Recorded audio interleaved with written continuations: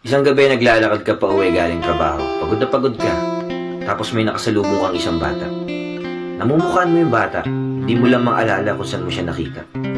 Lumapit siya sa'yo. Tapos ang sabi niya, ang layo na nang narating mo.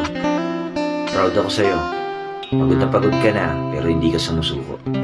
Nagulat ka sa mga sinabi niya, tapos bigla siyang tumakbo. Paglingon mo, wala na siya sa paningin mo.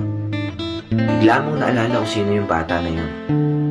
Ikaw pala yon 20 years ago. Pinapaalala niya lang sa'yo na magpatuloy ka lang. Minsan hanap tayo ng motivation at inspirasyon. Pero hindi natin alam, sarili lang pala natin yung makakapagpamotivate sa atin. Paano kung makita mo talaga yung batang ikaw? Ano kayang sasabihin niya sa'yo?